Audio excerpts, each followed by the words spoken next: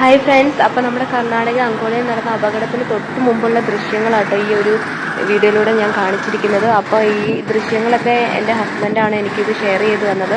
ആളും ഈ വഴി തന്നെയാണ്, അപകടം നടക്കുന്ന തൊട്ട് മുന്നാണ് ഇതിലെ പാസ് ചെയ്ത് പോകുന്നത്. പിന്നീട് കേൾക്കുന്നത് ഇവിടെ ഇങ്ങനെ ഒരു സംഭവം നടന്നു എന്നുള്ളതാണ്. അപ്പോൾ അതിനു മുമ്പ് ചെറിയൊരു രീതിയിൽ മണ്ണിടിച്ചിലും കാര്യങ്ങളൊക്കെ ഉണ്ടായിരുന്നുള്ളൂ. അത് വലിയൊരു ഇഷ്യൂസ് ഒന്നും ആയിട്ടില്ലായിരുന്നു. അപ്പോൾ അതിനുശേഷം മണ്ണിടിച്ചിൽ വന്നതിന് ശേഷമുള്ള ദൃശ്യങ്ങളാട്ടോ ഈ കാണുന്നതൊക്കെ. അപ്പോൾ ഒരുപാട് ഡ്രൈവർമാർ ഇതിലെ യാത്ര ചെയ്യുന്നവരും ഉണ്ട്. ഇതിൻ്റെ അടുത്ത് തന്നെ നമുക്കൊരു തൊട്ട് കടയുണ്ട്. അതുപോലെ തന്നെ ഇവർക്ക് കുളിക്കാൻ വേണ്ടി പറ്റുന്ന സൗകര്യങ്ങളും എല്ലാം ഇവിടെ തന്നെ ഉണ്ട്. അപ്പം ആളും ഹസ്ബൻഡും ഇങ്ങനെ കുളിക്കാൻ വേണ്ടി ഇറങ്ങാൻ തീരുമാനിച്ച ടൈമിൽ ചെറിയൊരു മണ്ണിടിച്ചിലേ കണ്ടെങ്കിലും അപ്പം തന്നെ അവിടെ നിന്ന് പോവുക ചെയ്തത്. അപ്പോൾ പല വണ്ടികളും അവിടെ പാർക്ക് ചെയ്തിട്ടിട്ടുണ്ടായിരുന്നു.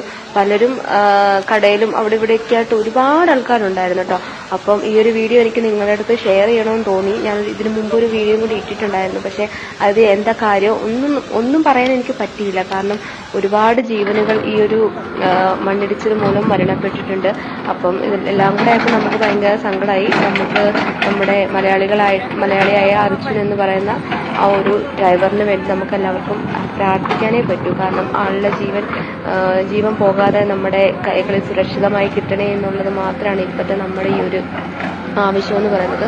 അപ്പം ഇതാണ് ആ ഒരു ലാസ്റ്റ് ഫൈനൽ മണ്ണിടിച്ചിലെല്ലാം വന്നതിന് ശേഷമുള്ള മഴയും കാര്യങ്ങളൊക്കെയാണ് അവിടെ ഇപ്പം നടന്നുകൊണ്ടിരിക്കുന്നത്. അപ്പോൾ സത്യമാണ് ഇപ്പം അവിടെ നമുക്ക് റോഡ് അങ്ങോട്ട് പല ആൾക്കാരും അങ്ങോട്ട് പോകാൻ പറ്റുമോ എന്നൊക്കെ ചോദിച്ച് മെസ്സേജ് ഇടുന്നുണ്ടായിരുന്നു. അപ്പോൾ അവരോടൊക്കെ വേണ്ടി പറയുകയാണ്, ഇപ്പം അങ്ങോട്ട് ആരെയും പാസ് ചെയ്ത് വിടുന്നില്ല.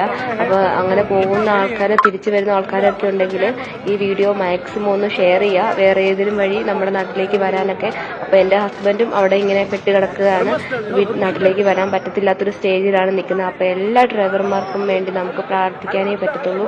അപ്പം ഈ ഒരു വീഡിയോ മാക്സിമം ഷെയർ ചെയ്യാൻ നോക്കുക. കാരണം ഒരുപാട് ആൾക്കാർക്ക് ഇത് പ്രയോജനമായിക്കോട്ടെ എന്ന് കരുതി കേട്ടോ ഞാൻ ഈ ഒരു ടൈമിൽ പോലും ഈ ഒരു വീഡിയോ ഇടുന്നത്. അപ്പം സത്യം പറയണേ നമ്മളാരും വിചാരിക്കാത്ത പോലെയാണ്. കാരണം അവർക്കൊക്കെ ഒരുപാട് വേണ്ടപ്പെട്ട ആൾക്കാർ, നമ്മൾ മലയാളികളല്ലേ പോലും അവർ ഒരു നേരത്തെ ഫുഡ് കഴിക്കാനായ പോലും അവിടെ അടുത്തുള്ളൊരു കടയിൽ അവർ ഫുഡ് കഴിച്ചുകൊണ്ടിരുന്നത്. അപ്പോൾ കടയിലെ ആൾക്കാരൊക്കെ ഇങ്ങനെ മരണപ്പെട്ടു എന്നാണ്. ഇപ്പോൾ ശരിക്കും പറഞ്ഞാൽ ഭയങ്കര ഷോക്കായി പോയിട്ടോ. കാരണം ഇന്ന് കണ്ടവരെ നാളെ കാണാൻ പറ്റില്ലല്ലോ എന്നൊക്കെ വിചാരിക്കുമ്പോൾ ഭയങ്കര സങ്കടമായിട്ടുള്ള കാര്യമാണ്. അപ്പോൾ ഇത് മെയിൻ റോഡാണ് ഇങ്ങനെ കിടക്കുന്നതൊക്കെ. അപ്പോൾ മെയിൻ റോഡിലൊക്കെ മണ്ണിടിച്ചിട്ട് വന്ന് മണ്ണെല്ലാം കൂന പോലെ കിടക്കുക കേട്ടോ.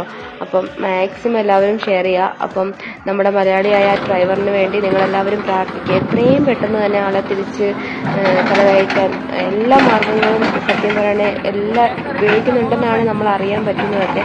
പക്ഷെ എന്നാലും കുറച്ചുകൂടെ വേഗത്തിൽ തന്നെ ഈ ആളെ രക്ഷിക്കാനുള്ള എല്ലാ മുൻകരുതലുകളും എടുക്കട്ടെ എന്ന് അങ്ങനെ തന്നെയാണ് ഞാനും പ്രാർത്ഥിക്കുന്നത്. അപ്പോൾ ഇത് കാണുമ്പോൾ ശരിക്കും പറഞ്ഞാൽ നെഞ്ച് തകർന്നു പോവുകയാണ് ഗൈസ്. അപ്പോൾ എല്ലാവരും ഒന്ന് ഷെയർ